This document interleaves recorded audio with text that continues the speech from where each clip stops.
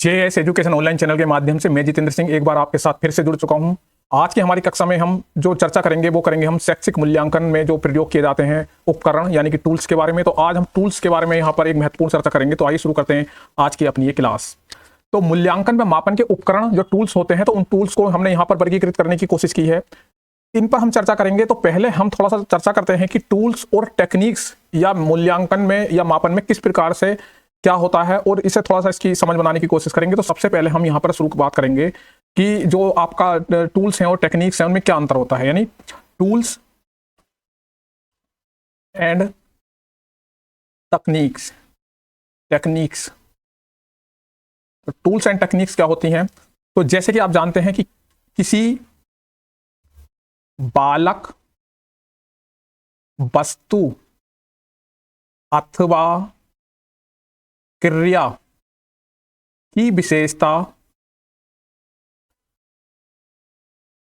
विशेषताओं को गुणों के रूप में देखते हैं, समझते हैं, यानी कि देखना और समझना, आकलन करना और मापने के लिए किसी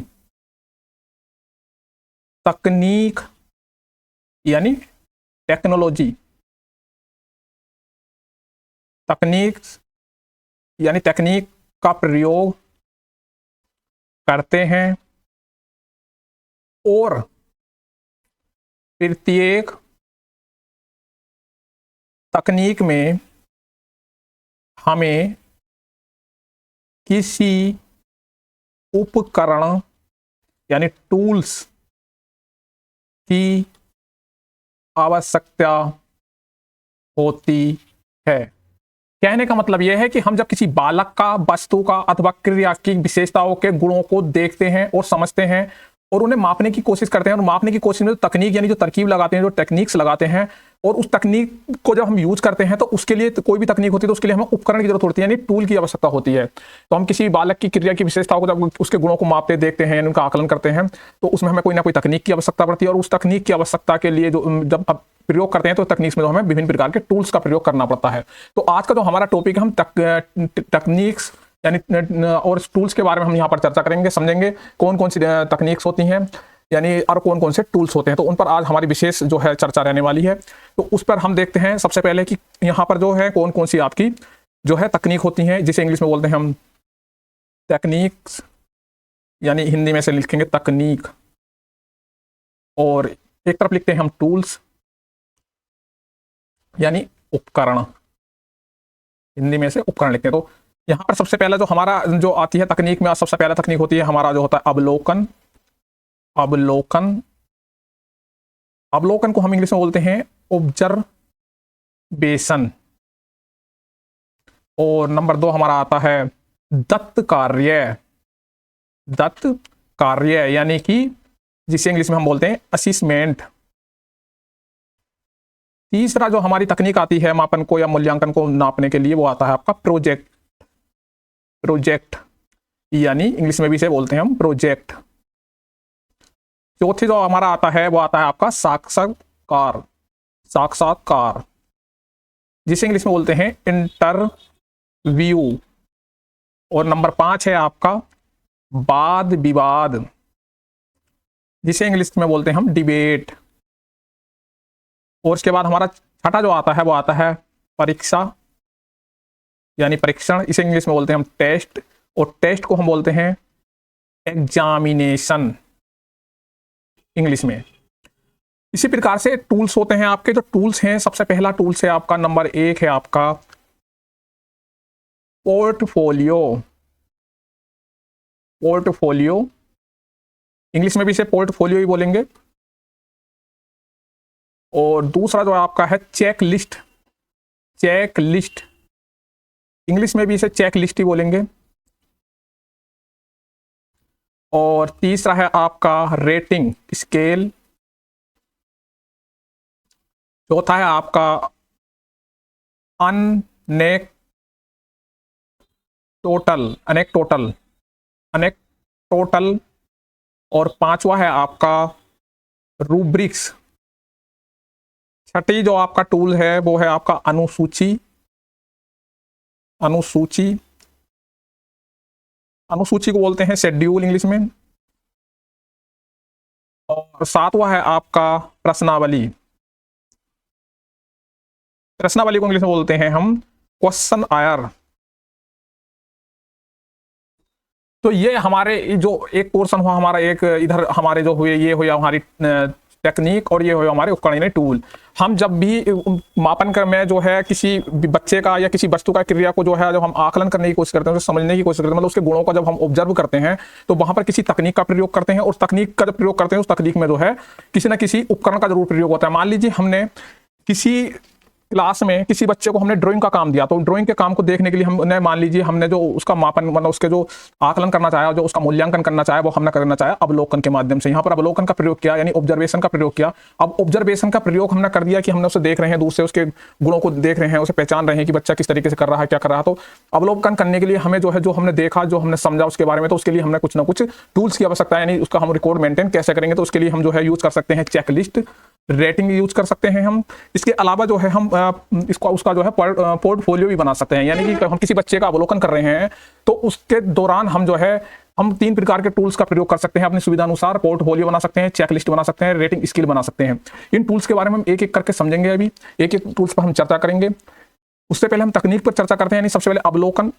अवलोकन के माध्यम से हम क्या करते हैं, किसी भी बालक के किसी भी कार्य को, उसकी एक्टिविटीज को हम देखते हैं, उसे ऑब्जर्व करते हैं, और उसको जो है हम किसी टूल्स के माध्यम से उसे रेटिंग देते हैं। उसे देखते हैं कि बच्चे के अंदर, उसके व्यवहार के अंदर क्या चेंजेज आ रहे हैं, और उस व्यवहार के अंदर हमें क्या कमियां दिखाई दे रही हैं। उसी प्रकार से हम जब दत्त कार्य यानी असाइनमेंट देते हैं घर से बनाने के लिए, असाइनमेंट करवाते हैं बच्चों से, तो असाइनमेंट का काम देते हैं, तो उस असाइनमेंट को भी चेक करने के लिए जो है हम पोर्टफोलियो का प्रयोग कर सकते हैं। वहां पर रेटिंग स्केल का हम प्रयोग कर सकते हैं। इसी प्रकार से प्रोजेक्ट मेथड जो होता है, वो भी तकनीक होती है बच्चे का मूल्यांकन करने के लिए। तो हम किसी बच्चे को प्रोजेक्ट दे दिया जाता है कि 4-5 बच्चों का ग्रुप बना दिया, उन बच्चों का ग्रुप बनाने के बाद जो है हमने उन्हें कोई काम दे दिया, तो उन बच्चों को देखते हैं कि बच्चे किस तरीके से उस कार्य को कर रहे हैं। तो वो आपका प्रोजेक्ट तकनीक। साक्षात्कार यानी इंटरव्यू में हम जो है बच्चे का आकलन करते हैं, बच्चे के अंदर उसके बिहेवियर को, उसकी बुद्धि को, उसके जो हर तरीके के जो एप्टीट्यूड हैं, उसके अंदर जो गुण हैं, उन्हें देखने की कोशिश करते हैं। और साक्षात्कार में जो है हम प्रश्नावली का यूज कर सकते हैं, अनुसूची का यूज कर सकते हैं। यानी हम जो टूल का यूज करेंगे, अनुसूची का यूज कर सकते हैं यहाँ पर। इसके अलावा हम प्रश्नावली का भी यूज कर सकते हैं। वाद विवाद में भी हम जो है, वाद विवाद में कुछ बच्चों के बीच में कोई प्रश्न दे दिए जाते हैं कि इस टॉपिक पे आपको अपने विचार रखने हैं, बच्चे उसका जवाब देते हैं। दूसरे मतलब 2 ग्रुप में बांट दिया जाता है किसी एक टॉपिक को लेकर, तो वहां पर जो है उनसे चर्चा कराई जाती है कि आप अपने विचार दीजिए। उसका जो है दूसरे बच्चे जो है उसके बारे में पूछते हैं कि ऐसा क्यों है, दूसरे बच्चे उसका जवाब देते हैं। इस तरीके से ग्रुप डिस्कशन होता है, उसे वाद विवाद, डिबेट बोलते हैं। और तो डिबेट में भी जो हम चेकलिस्ट या रेटिंग का प्रयोग कर सकते हैं। यानी यहाँ पर चेकलिस्ट टूल का, रेटिंग का जो है प्रयोग किया जा सकता है। इसके अलावा रूबिक्स का प्रयोग भी कर सकते हैं हम। और जो है इसके बाद आपका आता है परीक्षण यानी टेस्ट। हम विभिन्न प्रकार के टेस्ट एग्जामिनेशन लेते हैं। तो यहाँ पर एक एक करके यहाँ पर चर्चा करेंगे। तो अवलोकन, दत्त कार्य, प्रोजेक्ट और साक्षात्कार और वाद विवाद को आप समझ गए। अवलोकन हम किसी बच्चे का दूर से देखकर अवलोकन करते हैं कि उसने कितना अचीव किया, उसके अंदर क्या कमियां चल रही है। दत्त असेसमेंट के द्वारा भी हम कुछ ना कुछ चीज उसकी मापते हैं। प्रोजेक्ट देकर हम पता करते हैं इसके अंदर कितनी स्किल है, क्या ये कर सकते हैं, क्या नहीं कर सकते। साक्षात्कार यानी इंटरव्यू के माध्यम से हम बच्चे के जो है अंदर उसकी कितनी क्वालिटी है, उन्हें हम देख सकते हैं कि बच्चे के अंदर क्या गुण है, क्या गुण मतलब किस क्षेत्र के लिए जो है, ये जिस चीज़ के लिए हमने इसे चुना है कि उस चीज़ के लिए उपलब्धता इसकी सही रहेगी नहीं रहेगी। वाद विवाद से भी तो बच्चों के अंदर जो उनकी जो छुपी हुई रुचि है, जो उनके जो मतलब की समस्याएं हैं, वो दूर होती हैं। और परीक्षा टेस्ट आप जानते हैं विभिन्न प्रकार की एग्जाम प्रणाली, ये अभी इस परीक्षा प्रणाली पर हम डिटेल में चर्चा करेंगे। तो ऊपर के जितने भी 1 से लेकर 6 तक है, ये आपकी तकनीक्स हैं। इन तकनीकों का प्रयोग हम बच्चे के मूल्यांकन के लिए, बच्चे के आकलन के लिए, बच्चे के जो गुण हैं उनको चेक करने के लिए करते हैं। और इन तकनीकों में जो है हम किसी न किसी उपकरण का प्रयोग करते हैं। आपका पहला है पोर्टफोलियो, चेकलिस्ट, रेटिंग, अनेक टोटल और रूबिक्स, अनुसूची और प्रश्नावली। यहाँ पर एक एक करके हम यहाँ पर चर्चा करेंगे टूल्स पर। तो टूल्स पे सबसे पहले टूल्स हमारे जो है, सबसे पहला टूल्स है हमारा, वो है आपका चेकलिस्ट पे हम चर्चा करते हैं। चेकलिस्ट क्या होता है? चेकलिस्ट यानी इसे इंग्लिश में भी चेकलिस्ट ही बोलते हैं। तो चेकलिस्ट में क्या होता है? चेकलिस्ट में जो भी हम देखते हैं कि कोई बच्चे से जब हम इसका यूज करते हैं, तो उससे जो प्रश्न पूछे जाते हैं बच्चे से, तो उसका जवाब यस या नो में दिया जाता है। इसे हम चेकलिस्ट बोलते हैं। इसमें क्या होता है कि हम एक सारणी बनाते हैं। मान लीजिए एक सारणी टाइप बना ली हमने यहाँ पर, और सारणी में जो है हमने यहाँ पर जो है लिख दिया, और जो हमें ऑब्जर्व करना है वो लिख दिया, ऑब्जर्व और यहाँ पर हमने कुछ कॉलम बना लिए, मान लीजिए 2 कॉलम बना लिए यस और नो का, यहाँ पर यस, यहाँ पर नो, और यहाँ पर हमने कुछ जो है ऑप्शन दे दिए, यानी कुछ जो सवाल रखे हैं हमने कि बच्चे जो क्लास में किसी काम को करने के लिए आए तो बच्चों पे बुक है नहीं है, बच्चे उनके पास जो है बच्चे ने प्रैक्टिकल किया नहीं किया, प्रैक्टिकल हम मतलब क्राइटेरिया बांट देते हैं, बच्चा जो है होमवर्क करके लाया नहीं लाया। तो इस तरीके से जो हमने देखा कि बच्चे के पास बुक है, यस पे टिक करेंगे और इस नो पे क्रॉस करेंगे, प्रैक्टिकल किया नहीं किया तो यानी नो नहीं किया, और होमवर्क किया नहीं किया तो यहाँ पर होमवर्क किया तो यस। इस तरीके से जो है हम चेकलिस्ट तैयार कर सकते हैं किसी बच्चे के मूल्यांकन के लिए। चेकलिस्ट के बाद आपका आता है जो दूसरा होता है आपका रेटिंग स्केल। रेटिंग स्केल क्या होता है आपका? रेटिंग स्केल में देखेंगे, रेटिंग स्केल में क्या होता है, रेटिंग स्केल में जो है बच्चे के व्यवहार और अभिवृत्ति की को जो है हम रेटिंग दे देते हैं। मतलब कि जो बच्चे का व्यवहार है, बच्चे के अंदर जो योग्यता है, बच्चा जो किसी कार्य को कर पा रहा है, उसका परफॉर्मेंस के अनुसार जो है हम उसे रेटिंग दे देते हैं कि हमने कोई देखा कि बच्चा मैथ में कैसा है, बच्चे ने जो स्पोर्ट में कैसा किया, बच्चे का जो है लेख कैसा है। तो इस तरीके की रेटिंग टाइप हम उस बच्चे को रेट कर देते हैं, यानी रेट दे दिया जाता है उसे। जैसे कि मान लीजिए इसमें भी एक सारणी टाइप से हम समझ सकते हैं कि बच्चे का एक हम रेटिंग स्केल बनाते हैं। यहाँ पर हम पहला आपका कॉलम होगा ऑब्जर्व का, ऑब्जर्व। यहाँ हमने रेटिंग में डाल दिया मान लीजिए वेरी गुड, यानी वेरी पुअर, यहाँ पर डाल दिया पुअर, यहाँ पर डाल दिया फेयर, यहाँ पर डाल दिया गुड, और यहाँ पर डाल दिया वेरी गुड। मतलब अपने हिसाब से हम कॉलम बना लेते हैं और हमने इनके आधार पर बच्चों का हमने यहाँ पर आकलन करना शुरू कर दिया। मान लीजिए हम किसी बच्चे का देखते हैं, यहाँ पर हम कुछ अपने पहले से देख लेते हैं किस किस क्षेत्र में हमें बच्चे का देखना। मान लीजिए ड्रेस देखते हैं, ड्रेस, और उसका जो है हम देखते हैं ड्रेस के बाद हम देखते हैं, और उसके अलावा हम बच्चे का देख सकते हैं कि लेख कैसा है, लेख यानी राइटिंग। इसके अलावा हम बच्चे का जो है व्यवहार, अनुशासन, यानी कि इन चीज़ों पे हम देख सकते हैं। तो ड्रेस में देखते हैं कि बच्चे की ड्रेस गुड है, बच्चे का जो राइटिंग है वो ठीक ठाक है, बच्चे का व्यवहार जो है वो गुड है, और अनुशासन में जो है बच्चा जो है पुअर है या वेरी पुअर है, यानी कि अनुशासनहीन बच्चा है। तो इस तरीके से हम रेटिंग स्केल तैयार कर सकते हैं, इसे बोलते हैं हम रेटिंग स्केल। इसके बाद जो हमारा आता है वो आता है इसके बाद जो हमारा टूल्स आएगा वो आएगा टूल्स। रेटिंग स्केल हो गया, चेक लिस्ट हो गया। अब आता है आपका पोर्टफोलियो। पोर्टफोलियो क्या होता है उसे देखते हैं यहाँ पर। और पोर्टफोलियो को देखने के लिए जो है हम यहाँ पर फिर से जो है एक उदाहरण लेंगे, उस उदाहरण के माध्यम से हम जो है इसे देखने की कोशिश करेंगे। तो मान लीजिए हमने किसी बच्चे का जो है पोर्टफोलियो के माध्यम से क्या करते हैं कि बच्चे की जो भी गतिविधियां हैं तो उन गतिविधियों के अनुसार जो है हम उसको जो है ऑब्जर्व करते रहते हैं, और उस ऑब्जर्वेशन को जो है हम नोट कर लेते हैं शुरू से आखिर तक। तो पोर्टफोलियो क्या होता है, सॉरी एक मिनट रुकिए, पोर्टफोलियो यानी पोर्टफोलियो बच्चा का जो भी हमने देखा कि शुरू से आखिर तक, कोई बच्चा है शुरू से आखिर तक, जब बच्चे का हमारे पास प्रवेश लिया तो उसके जो शुरू से आखिर तक की जो है, शुरू से अंत तक जो है अंत तक हम देखते हैं कि बच्चे की जो भी छोटी छोटी चीज़ें थी उनमें कितना अंतर आया, यानी उसके व्यवहार में उसके जो कार्य करने के तरीकों में क्या क्या अंतर आया, उसकी जो मुख्य मुख्य घटनाएं थी तो उन घटनाओं के अनुसार किस किस घटनाओं में क्या क्या चेंजेज आए, तो उन सब चीज़ों को हम एक तरीके से तैयार कर लेते हैं। और जो उसका जो पूरे साल का जो बच्चे ने जो कार्य किया है उसका कलेक्शन होता है, जो बच्चे की प्रोग्रेस दिखती है तो बच्चे के उस कार्य को एकत्र कर लेते हैं। जो भी प्रोग्रेस है बच्चे की शुरू से आखिर तक, यानी जो भी बच्चे ने शुरू साल से और अंत तक जो है प्रोग्रेस की, तो प्रोग्रेस में क्या करते हैं हम, प्रोग्रेसिव जो भी की वो दिखती है हमें, तो उसको जो है हम नोट कर लेते हैं। और नोट करने के बाद जो है उसे एकत्र करने के बाद जो है हम साल के अंत में देखते हैं।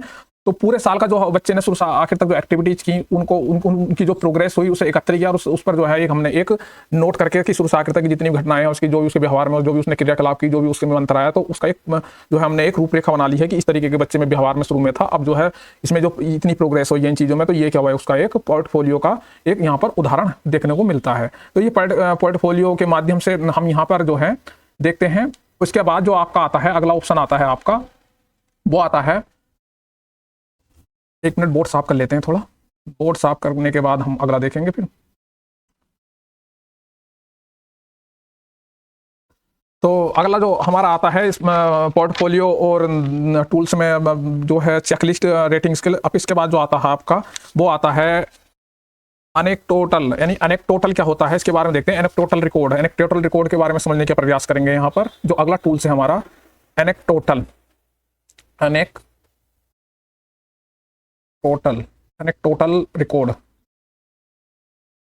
इसे हिंदी में भी एनेक्टोटल रिकॉर्ड ही कहा जाएगा।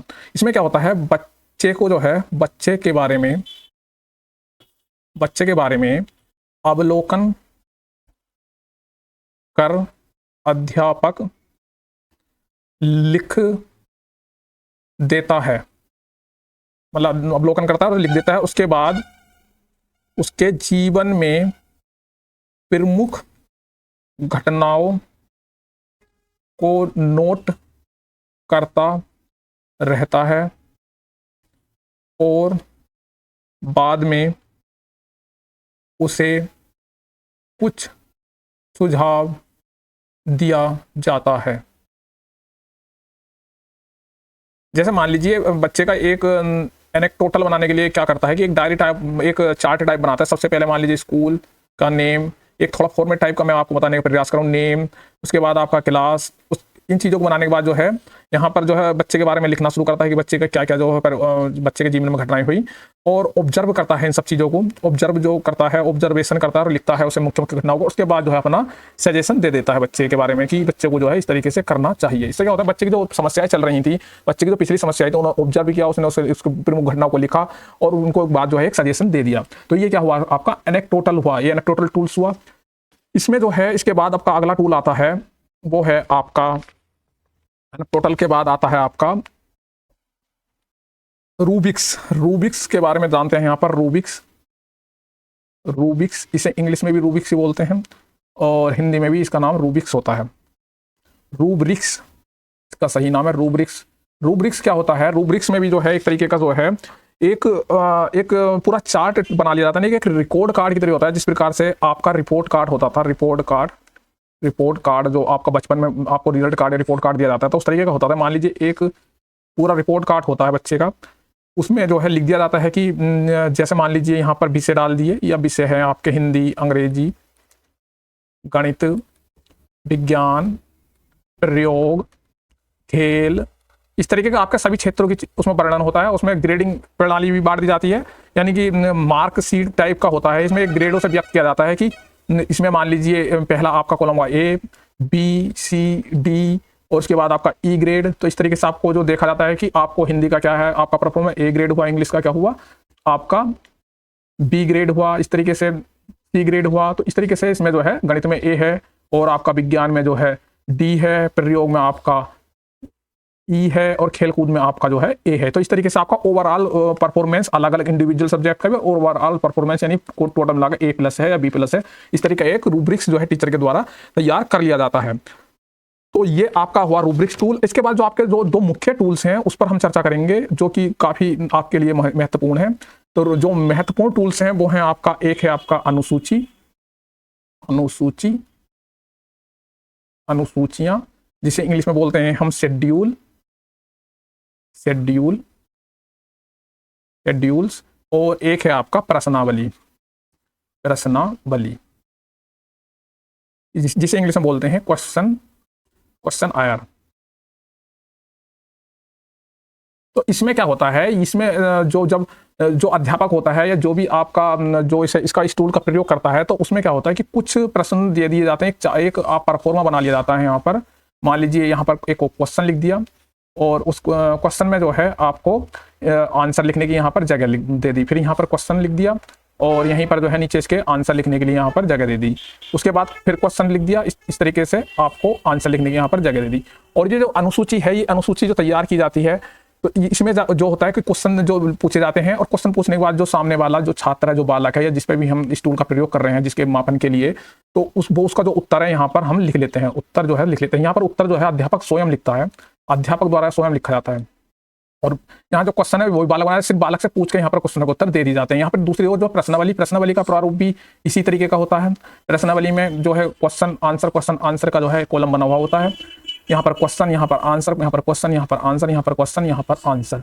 तो यहाँ पर भी ये होता है, लेकिन इसमें जो होता है क्वेश्चन लिखे हुए होते हैं और ये जो है सामने जिस पर टूल का प्रयोग करें, जिसका मापन कर रहे हैं, यहाँ पर क्वेश्चन दे दिया, लेकिन यहाँ पर जो उत्तर लिखेगा वो लिखेगा विद्यार्थी, यानी विद्यार्थी या बालक या व्यक्ति जिससे हमने क्वेश्चन पूछा है। तो यहाँ पर जो हम जो है खाली एक सीट दे देते हैं जो सामने वाला हमें भर के देता है, और यहाँ अनुसूची में जो है अध्यापक स्वयं जो है पूछ कर लिखता है। यहाँ पर ये मंदबुद्धि और जो हमारे अनपढ़ लोग होते हैं या जो लिखने पढ़ने में असमर्थ होते हैं, तो वहाँ पर जो है अनुसूची का प्रयोग किया जाता है। और जहाँ पर जो है विद्यार्थी पढ़े लिखे होते हैं या जो मतलब अपना उत्तर दे सकते हैं, तो वहां पर प्रश्नावली का यूज किया जाता है। इसमें जो है इतना अंतर होता है इस टूल में। तो अनुसूची और प्रश्नावली शायद आप समझ गए होंगे। तो ये आपके टूल्स हैं, और इन टूल्स का जो हम प्रयोग करते हैं तो वो करते हैं हम तकनीक्स में। मान लीजिए हमने इंटरव्यू लिया, इंटरव्यू में क्या करते हैं हम अनुसूची का प्रयोग करते हैं, प्रश्नावली। हमने बच्चे को जो है हमने एक अनुसूची बनाकर दे दी इंटरव्यू में हमने क्या किया कि इंटरव्यू रखा कोई, और इंटरव्यू के समय पर क्या करते हैं हम, इंटरव्यू है मान लीजिए, इंटरव्यू में हम देखते हैं सामने वाले को कब व्यवहार को टेस्ट करते हैं, तो एक अनुसूची तैयार कर ली जाती है। पहले से फिक्स होता है कि ये क्वेश्चन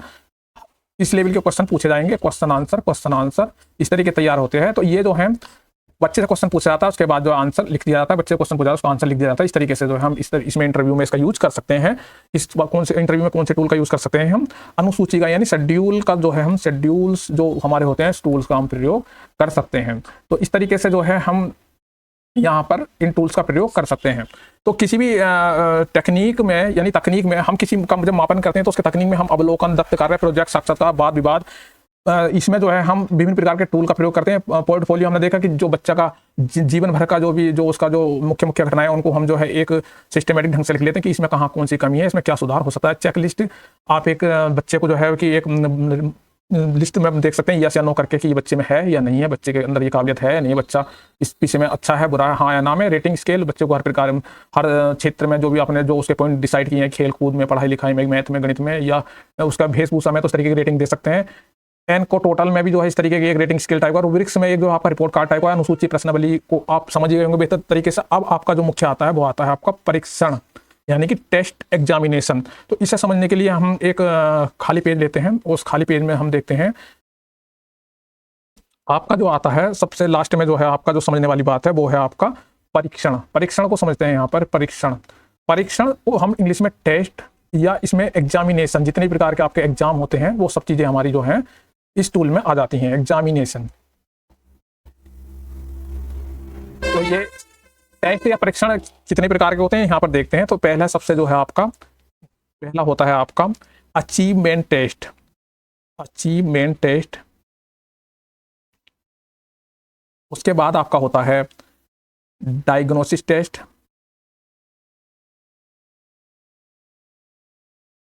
डायग्नोस्टिक टेस्ट, और उसके बाद जो आपका होता है वो होता है प्रोग्रेसिव टेस्ट।